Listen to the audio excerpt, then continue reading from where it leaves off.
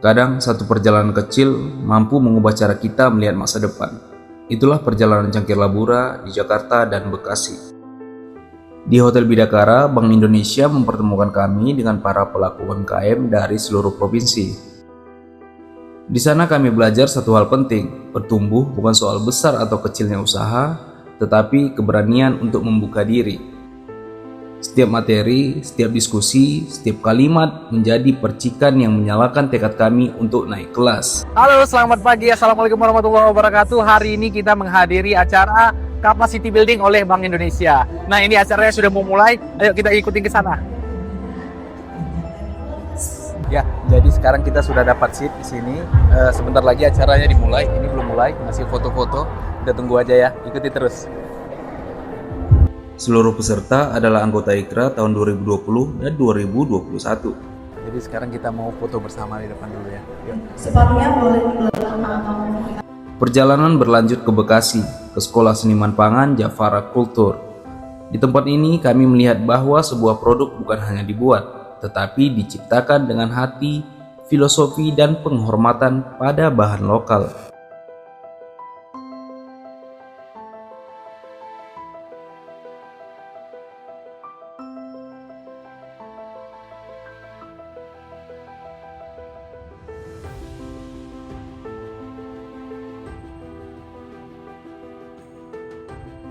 Jadi sekarang kami lagi break. Ini ada hidangan-hidangan buat teman-teman yang mau hidangan. Ada tempe mendoan, terus pisang rebus, ada kopi, ada impus water dan lain-lainnya. Ini selamat dinikmati. Kita ambil ikannya di sini, terus olah di kafe.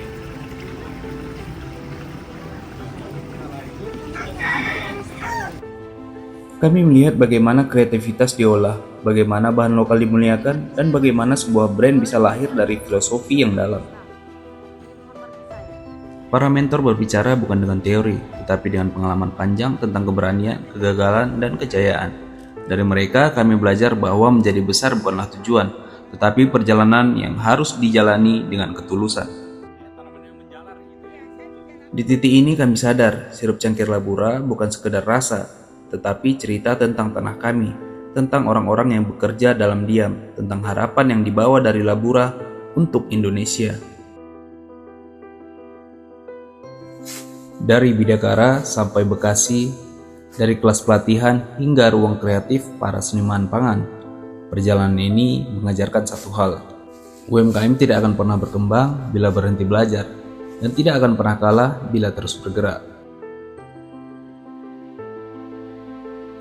Ukuran ya, nggak ada ukuran, yang penting bisa ini. Di belakang. Bagus kayaknya. Kita juga banyak Pak, kebun orang. Beli maksudnya di pasar kan dari kebun orang. Iya. Betul. Nyalain kompornya, tinggal kita ini aja, kita main feeling aja, wah kayaknya ini udah mulai kecium aroma si serehnya, ya. Nah ini udah, ya. Iya, tapi dia nggak, karena sudah kering. Oh, jadi lebih bagus yang keringnya. Iya, lebih bagus yang kering. Berarti harus kita Limbahnya kalau di sekolah Seniman Pangan, setiap saya produksi limbah ini kita store lagi. Nah, ini baru kita tambahin gula, ya. Kita tambah gula. Mungkin kalau seandainya sekarang saya tambahin gula, ini prosesnya lama. Nah, kalau seandainya dia sudah sampai 70, itu udah kita matiin apinya. dicelup ya. Dicelup atau di Kekernya, iya, faktornya dikeker. Iya. Jadinya segini. Iya. Paling 200.000. Oh, enggak. Kalau seandainya yang ini sekitar 400-an, Bu. Kalau dari 600 jadinya 400. Iya, 400-an. Nah, ini kalau kita mau saji kayak gini, sudah disajikan. Kita tambahin ya. Setelah ini kan kadang suka dibuang ujung pinggirannya ya. iya. Diripot aja itu jadi sedotan kok. Iya. Nah, itu kan. Nah, Iya. ini jadi Kalau seandainya nih kita mau tambah rempah. Kami pulang dengan satu kesadaran, Cangkir Labura bukan hanya sirup, ia adalah cerita dari tanah kami dan itu layak dibawa lebih jauh. Dari pelatihan hingga perjalanan lapangan, kami belajar bahwa UMKM akan terus hidup selama pemiliknya terus belajar. Cangkir Labura, kecil dari Labura tapi mimpinya besar untuk Indonesia.